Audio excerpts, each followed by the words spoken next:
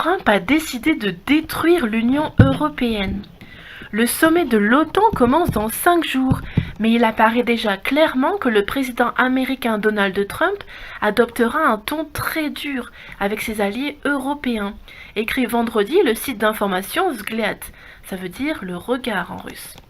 Certaines fuites évoquent même l'impensable, c'est-à-dire un éventuel retrait des forces américaines d'Allemagne.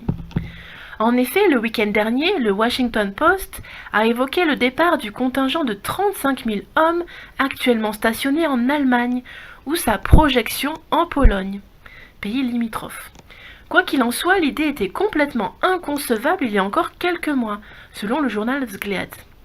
Mais après 1 an et demi de présidence Trump, les alliés européens des USA au sein de l'OTAN sont déjà habitués à l'absence de méthode et de tabou pour le président américain.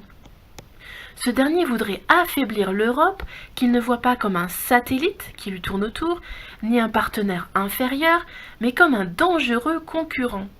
Et il est prêt à y parvenir par tous les moyens, notamment en exigeant des Européens qu'ils augmentent les dépenses pour leur défense jusqu'à 2% du PIB, du produit intérieur brut, ce qu'ils promettent depuis longtemps. Dans leur discours, les membres européens de l'OTAN reconnaissent la nécessité de payer, mais en réalité, les pays les plus puissants du vieux continent n'ont aucunement l'intention de débourser des dizaines de milliards d'euros. C'est notamment le cas de l'Allemagne, pour qui la promesse d'augmenter les dépenses jusqu'à 1,5% du PIB est déjà une limite. Mais pourquoi Donald Trump a-t-il besoin de l'argent européen pour la défense ? L'Amérique dont rêve Trump n'a pas besoin d'une Europe forte et unie, parce que l'Union européenne est presque 2 fois plus grande que les USA en termes de population, possède une économie très forte et des ambitions. L'Amérique de Trump a besoin d'une Europe faible et divisée. C'est pourquoi le candidat Trump soutenait le Brexit. C'est pourquoi le président Trump proposait à Emmanuel Macron de faire sortir la France de l'Union européenne. C'est pourquoi également il critique constamment l'Allemagne et Angela Merkel. Les USA font pression sur l'Allemagne sur tous les fronts. Le locataire de la Maison-Blanche joue avec la patience de l'Allemagne et c'est là que c'est intéressant.